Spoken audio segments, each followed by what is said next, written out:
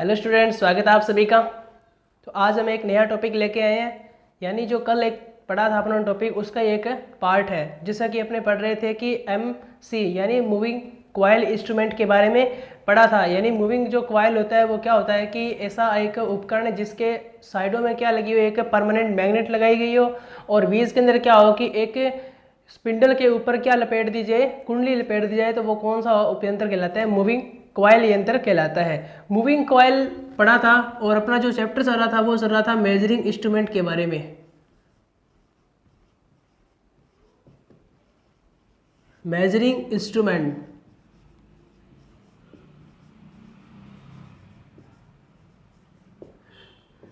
यानी मापक यंत्र के बारे में चल रहा था। और मापक यंत्र के बारे में कल जो पिछली क्लास में पढ़ा था वो उसके बारे में पढ़ा था मूविंग कॉइल के बारे में। यानी जो मूविंग कॉइल यंत्र होते हैं वो आपके दो टाइप के होते हैं। कौन कौन से? एक तो अपनों ने पढ़ लिया था कि PMMC, और आज अपने को जो पढ़ना है वो है इलेक्ट्रोडायनमो टाइप है। Electro dynamo type measuring instrument. यानी ये तो कल अपनों ने जो कल की जो पिछली क्लास थी उसके अंदर अपनों ने अध्ययन कर लिया था। और आज का जो अध्ययन है वो है इसका, यानी आज हमने पढ़ेंगे इलेक्ट्रोडायनेमिक स्टैटिक प्रकार के उपयंत्र के बारे में। यानी ये क्या होता है? अपनों ने पढ़ा था कि PMMC प्रकार का जो उपकरण होता है इसके अंदर क्या क्या मेन मुख्य बातें थी कि इसके अंदर एक परमानेंट मैग्नेट लगाई जाती है, ठीक है, और यहाँ पर एक स्पिंडल लगा दी जाती है जिसके ऊपर क्या लपेट दी जाती है? कुंडलियाँ। अब बात करते हैं कि यहाँ पर बात करें कि इसके साथ पॉइंटर जुड़ा रहता है, और जैसे क्या होता है कि इसको DC सप्लाई से जोड़ दिया जाता है तो इसके अंदर मैग्नेट उत्पन्न होगा। सेम क्या होता है मोटर के सिद्धांत के अनुसार से क्या होगा कि यहाँ भी DC सप्लाई है और यहाँ भी क्या है? परमानेंट मैग्नेट है। तो जो चुंबकीय जो पोल होते हैं वो क्या बनेंगे? स्थायी बनेंगे। तो इसलिए जो यहाँ का जो पॉइंटर है वो एक साइड में क्या करेगा? मूव करना स्टार्ट हो जाएगा। तो ये तो पढ़ा था कल अपनों ने बारे में। आज अपने पढ़ना है कि इलेक्ट्रोडायनमो टाइप मेजरिंग इंस्ट्रूमेंट के बारे में। यानी जो ये आपका जो उपकरण था वो ओनली फॉर कौन सी सप्लाई पर कार्य करता है? DC पर कार्य करता है। और आज अपने जो मापक यंत्र पढ़ेंगे वो कौन सी सप्लाई पर कार्य करता है? AC और DC, यानी दोनों टाइप की जो सप्लाई होती है उन दोनों पर कार्य करता है। और इसकी जो कार्य प्रणाली क्या रहती है वो आज अपने चर्चा करेंगे। तो मेरा नाम हरीश और आप देख रहे हैं इलेक्ट्रीफाइड ज्ञान। तो चलिए स्टार्ट करते हैं।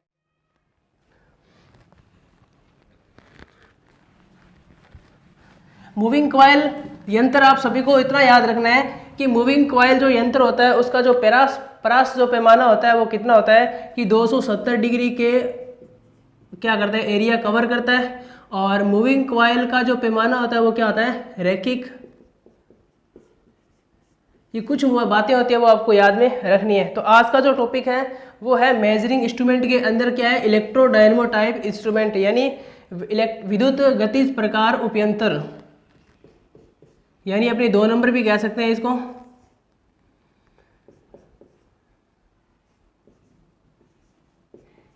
इलेक्ट्रोडायनमो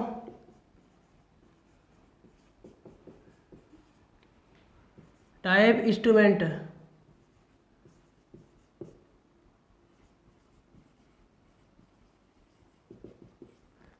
अगर हिंदी में इसकी बात की जाए तो हिंदी में इसको बोला जाता है इलेक्ट्रो यानी विद्युत डायनमो गति प्रकार उपयंत्र।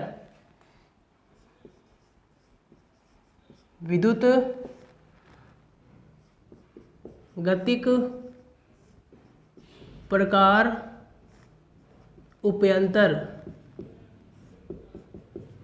ठीक है। तो सबसे पहले आपको मैं बताना चाहूंगा कि इसके अंदर क्या होता है कि दोनों कुंडलियां लगाई जाती हैं।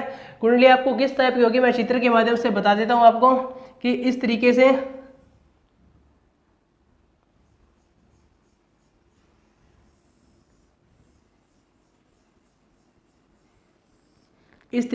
यानी एक कुंडली लगाई जाती है वो क्या रहती है? स्थिर रहती है। यहाँ पर अपनों ने MI जो PMC के बारे में पढ़ा था कि इनके स्थान पर क्या लगाया गया था? वहां पर एक परमानेंट मैग्नेट लगाया गया था दोनों साइड में इस तरीके से।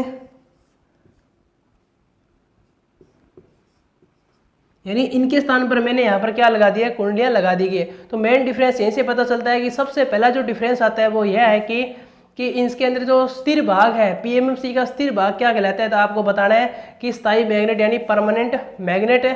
अगर पूछा जाए कि आपको कि इलेक्ट्रोडायनेमिक प्रकार का जो उपयंत्र होता है उसके अंदर स्थिर भाग कौन सा रहता है, तो आपको बताना है कि ये फिक्स जो कॉइल होती है वो क्या रहती है, आपका स्थिर भाग रहता है। अब बात करते हैं कि यहाँ पर इस तरीके से एक स्पिंडल लगाया जाता है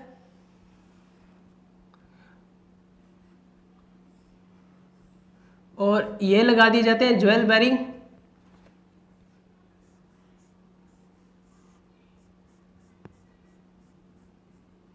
इस तरीके से, और यहाँ पर एक कुंडली लगाई जाती है इस तरीके से और इसको सप्लाई से जोड़ दिया जाता है और इसके यहाँ से माध्यम से जुड़ा रहता है एक पॉइंटर जो किसका बना होता है, एल्यूमिनियम का। एल्यूमिनियम का क्यों बनाया जाता है, क्योंकि एल्यूमिनियम का एक बहुत ही हल्की धातु है जिसके कारण क्या होता है कि पॉइंटर आसानी से जो परास है यानी पैमाना है उस पर क्या कर सके, मूव कर सके। और यहाँ पर इस तरीके से क्या लगा दी जाती है, स्केल।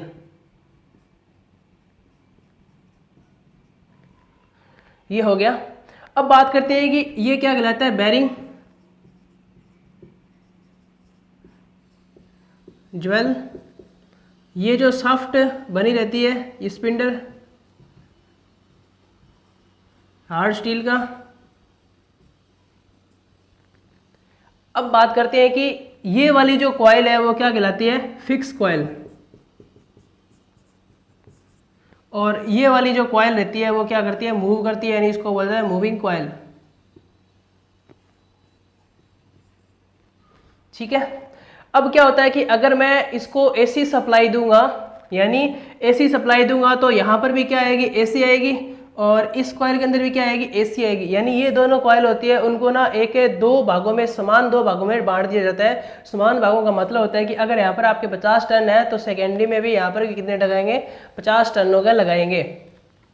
अब बात करते हैं कि एसी सप्लाई इसमें दी और एसी भी इसमें दी, तो यहाँ पर भी क्या होगी कि एसी देंगे। ठीक है। तो क्या होगा कि जो चुंबकीय क्षेत्र है वो क्या होगा कि बदलने वाला होगा। यहाँ पर पढ़ा था कि एक इस तरीके से यहाँ पर एक कॉइल लगा दी गई थी अपनों ने और यहाँ पर एक पॉइंटर लगा दिया था, इस तरीके से वो भी पैमाना था। ठीक है। मैंने यहाँ पर डीसी सप्लाई दी। डीसी देने से क्या हुआ कि परमानेंट मैग्नेट से स्थायी चुंबक यानी स्थायी पोल क्या हुए, फिक्स पोल बने। यानी यहाँ पर क्या बना, एस बना और यहाँ पर क्या बना, एन बना मान लेते हैं। तो इन दोनों के बीच में यहाँ भी परमानेंट है, यहाँ भी क्या है, परमानेंट है। तो दोनों के बीच के अंदर क्या होगा, अगर समान ध्रुव है तो क्या होगा, प्रतिकर्षण होगा, और असमान ध्रुव है तो क्या होगा, आकर्षण होगा। जिसके कारण क्या होता है कि ये जो पॉइंटर है वो एक दिशा के अंदर क्या करता है, मूव करता है। यानी जो पॉइंटर है वो क्या करता है, एक दिशा के अंदर क्या करता है, मूव करता है। अगर यहाँ पर देखा जाए कि यहाँ पर भी अगर सप्लाई एसी है और जो मूविंग कॉइल जो चलने वाली कुंडली है उसको भी क्या मिल रही है, एसी मिल रही है, तो दोनों के अंदर जो चुंबकीय क्षेत्र या फिर चुंबकीय क्षेत्र की जो धारा की दिशा है वो क्या होगी, एक होगी। और एक होने के कारण क्या होगा कि ये जो पॉइंटर है वो एक दिशा के अंदर क्या करने लगेगा, गति करने लगेगा। और जिसके कारण क्या होगा कि जो अपना मेजर करना है यानी वोल्टेज या फिर किसी अन्य राशि का, तो वो क्या होगी, यहाँ पर पैमाने को अपने अंकों के अंदर या फिर अपने रीडिंग देखकर या फिर स्केल को देखकर बता सकते हैं कि इसके अंदर जो वोल्टता का मान है वो कितना है या फिर धारा का मान है वो कितना है। अब बात करते हैं कि अगर मैं इसको डीसी सप्लाई देता हूं और यहाँ पर मैंने एसी दे दी, तो क्या होगा कि यहाँ पर डीसी देने पर क्या होगा कि यहाँ पर एन पोल बना और यहाँ पर क्या बना, एस पोल बना। मान लेते हैं एक बार।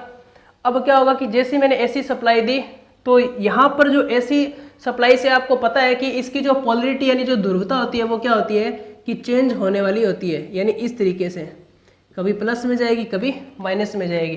तो यहाँ पर कभी एन पोल बनेगा, कभी एस बनेगा, कभी एस कभी एन बनेगा। ठीक है। तो ये पॉइंटर क्या होगा कि कभी इधर जाएगा कभी इधर जाएगा, कभी इधर जाएगा कभी इधर जाएगा। तो आपसे क्वेश्चन पूछ सकते हैं कि अगर मूविंग कॉइल को डीसी सप्लाई दे दी जाए और फिक्स कॉइल को एसी सप्लाई दे दी जाए तब पॉइंटर कितनी स्पीड यानी कितने दोलन करेगा। तो आपको बता दूं सीधा सा इसका आंसर आएगा, वो कितना आएगा, 50 बार। 50 बार क्यों आएगा, क्योंकि जो फ्रीक्वेंसी है, फ्रीक्वेंसी क्या होता है कि चक्रों की कुल संख्या 1 सेकंड में वो कितनी है, 50 हर्ट्ज है। 50 हर्ट्ज का मतलब क्या हुआ कि पोल भी कितने हुए, 50 बार N S N S N S इस तरीके से क्या हुए। तो ये मूविंग जो जो इंस्ट्रूमेंट है यहाँ पर जो लगाया गया है पैमाना, और पैमाने पर क्या लगाया गया पॉइंटर, तो वो भी क्या करेगा कि 50 बार इस तरीके से यहाँ से करता रहेगा और अपने को सही रीडिंग नहीं मिलेगी। तो आपका आंसर क्या रहेगा 50 बार। ठीक है। अगर मैं बात करता हूँ कि यहाँ पर भी डीसी सप्लाई दे दूंगा तो इसमें भी परमानेंट चुंबक बनेगा, इसमें भी परमानेंट यानी स्थायी पोल बनेगा, और पोलरिटी क्या होगी इसकी सहम होगी, जिसके कारण क्या होगा कि पॉइंटर एक दिशा के अंदर क्या करेगा मूव करेगा। यानी ये था इलेक्ट्रोडायनेमिक प्रकार का यंत्र। अब बात करते हैं कि जो मेन डिफरेंस है वो पीएमएमसी के अंदर तो क्या किया जाता था कि स्थायी चुंबक का निर्माण किया जाता था। अपनों ने पदार्थ पढ़े थे लोह चुंबकीय, अनुचुंबकीय।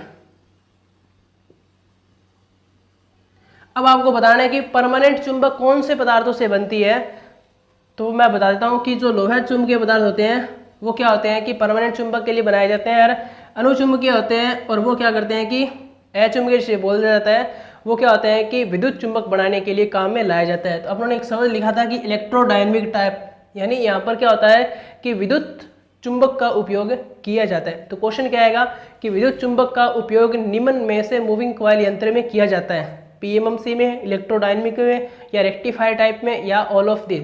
तो आपको क्या करना है कि इलेक्ट्रोडायनेमिक टाइप एक ऐसा उपकरण या फिर ऐसा मेजरिंग इंस्ट्रूमेंट है जिसके अंदर मूविंग यानी विद्युत चुंबक का उपयोग किया जाता है। ठीक है, विद्युत चुंबक का उपयोग किया जाता है, यानी जब तक सप्लाई देंगे उतनी देर तक क्या बनेगा इसके अंदर चुंबकीय क्षेत्र बनेगा। जैसे ही मैं सप्लाई को ऑफ कर दूंगा तो इसके अंदर जो चुंबकीय क्षेत्र का मान है वो क्या हो जाएगा, जीरो नहीं होगा, वो क्या हो जाएगा, कम हो जाएगा, उसका स्तर क्या हो जाएगा, घट जाएगा।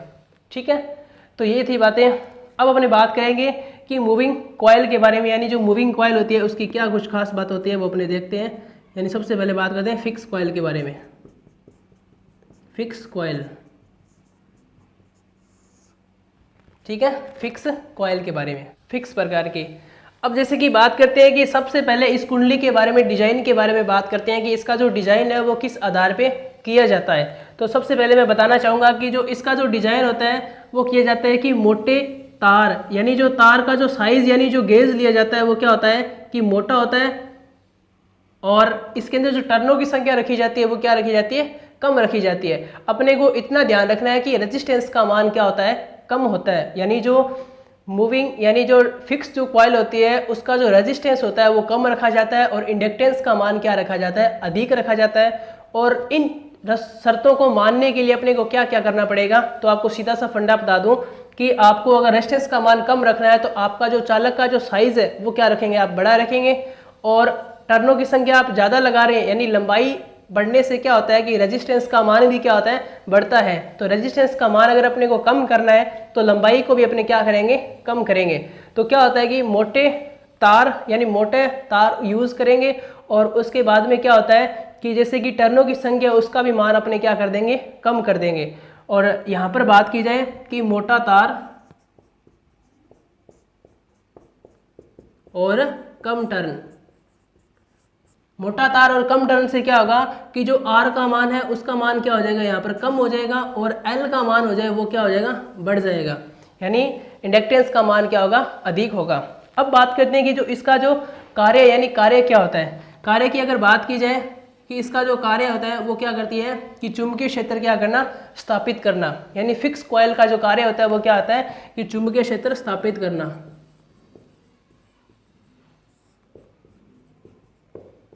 चुंबकीय क्षेत्र स्थापित करना। ठीक है, अब बात करते हैं कि ये जो कुंडली है वो लपेटी जाती है, वो एयर टाइप होती है। एयर टाइप का समझते हो आप लोग कि जैसे कि ट्रांसफार्मर, जो पिछली जो क्लास लगाया, पिछला जो चैप्टर था वो था ट्रांसफार्मर के बारे में। ट्रांसफार्मर के अंदर अपने टाइप पढ़े थे, कोर के आधार पर ट्रांसफार्मर का वर्गीकरण पढ़ा था।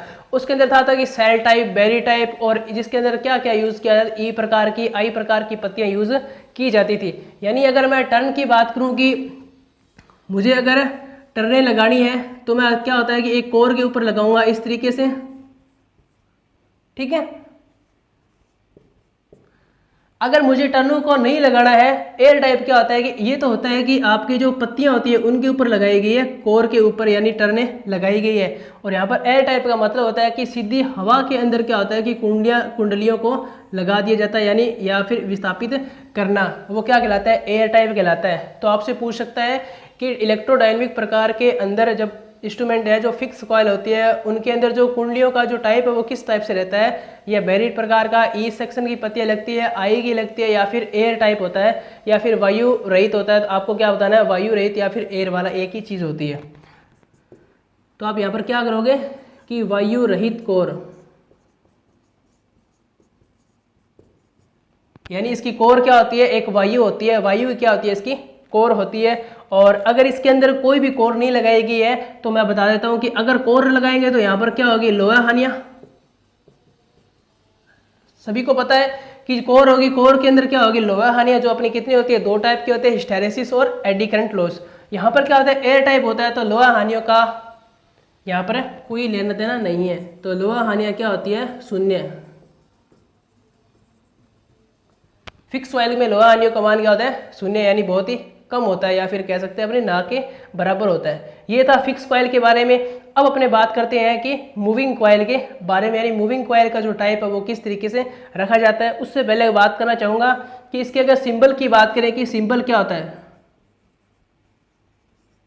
सिंबल आपको याद रखना है कि इस तरीके से आपको दर्शाया जा रहा है, तो वो क्या है कि फिक्स कॉइल है, यानी ये देखो आप देख सकते हो यहाँ पर, तो ये क्या है, फिक्स कॉइल का डायग्राम। इस प्रकार से सिंबल आपको प्रदर्शित करेंगे। अब बात करते हैं अपने मूविंग कॉइल के बारे में।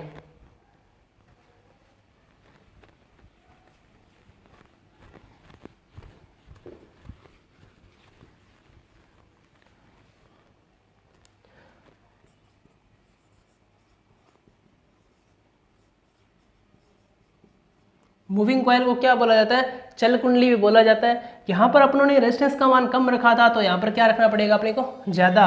तो अगर रेजिस्टेंस का मान ज़्यादा रखना है तो आपको क्या करना है कि जस्ट पहले वाले का जो पहले वाली जो डेफिनेशन थी उसका जस्ट आपको क्या करना है, उल्टा करना है। यानी यहाँ पर बात की जाए कि पतले तार और अधिक टर्न, तारों की संख्या क्या रखनी है आपको, पतले रखनी है, ताकि रेजिस्टेंस का मान क्या हो, ज़्यादा से ज़्यादा हो। और लंबाई आपको बढ़ा देनी है, ताकि जो रेजिस्टेंस का जो लंबाई के साथ है वो क्या होता है कि समानुपात का क्या रखता है, संबंध रखता है, आप सभी को पता है। तो इसलिए क्या होगा, अधिक होगा। यानी बात की जाए कि रेजिस्टेंस का मान क्या होगा, ज़्यादा होगा, और एल यानी इंडक्टेंस का मान क्या हो जाएगी, इसके अंदर कम हो जाएगा। तो क्वेश्चन क्या आएगा कि इंडक्टेंस का मान कम कौन सी कॉइल में होता है, तो आपको बताना है कि मूविंग कॉइल में, और ज़्यादा किसका होता है, फिक्स कॉइल। ठीक है, ये हो गया इतना, इस टाइप से। ओके, तो आप सभी को समझ में आया। अब बात करते हैं कि इसका जो कार्य क्या होता है, यानी जो मूविंग कॉइल होता है उसका कार्य क्या होता है। आप सभी को पता है कि विक्षेपण बल उत्पन्न करना। विक्षेपण क्या होता है, डिफ्लेक्टिंग टॉर्क जनरेट करना। डिफ्लेक्टिंग टॉर्क कैसे जनरेट करती है, आप सभी को मैंने बताया था कि डिफ्लेक्टिंग टॉर्क क्या होता है, यानी जो पैमाना होता है वो जीरो से लेकर, जब पॉइंटर जीरो स्थिति में पड़ा है तो उसको गति करवाना या फिर उसको एक प्रकार से बल देना, वो क्या कहलाता है, डिफ्लेक्टिंग टॉर्क कहलाता है, यानी विक्षेपण बल। तो वो कौन सी कॉइल करती है, मूविंग कॉइल। तो इसका जो कार्य क्या है कि विक्षेपण बल क्या करना, उत्पन्न करना। विक्षेपण बल उत्पन्न करना।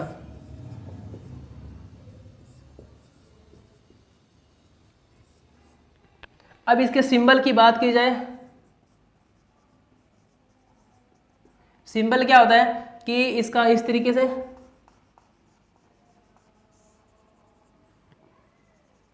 ये है आपका सिंबल का टाइप। तो ये था कि इलेक्ट्रोडायनेमिक प्रकार के अंदर है, और इसका जो मापन होता है वो एसी और डीसी धारा पर दोनों पर किया जाता है। मैं बता देता हूँ कि एसी धारा और डीसी प्रकार की जो सप्लाई है उन दोनों पे किया जाता है, चाहे वो वोल्टेज का मान हो, चाहे वो धारा का मान हो, चाहे वो पावर का यानी शक्ति का मान हो।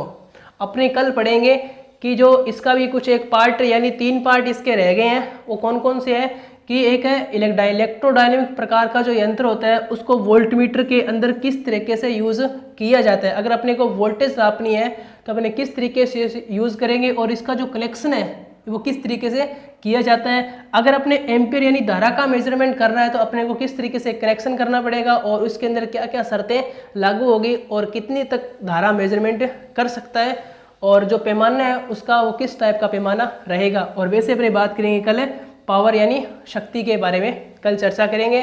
तो आज की क्लास में इतना ही, और बने रहे हमारे यूट्यूब चैनल के साथ। Thank you.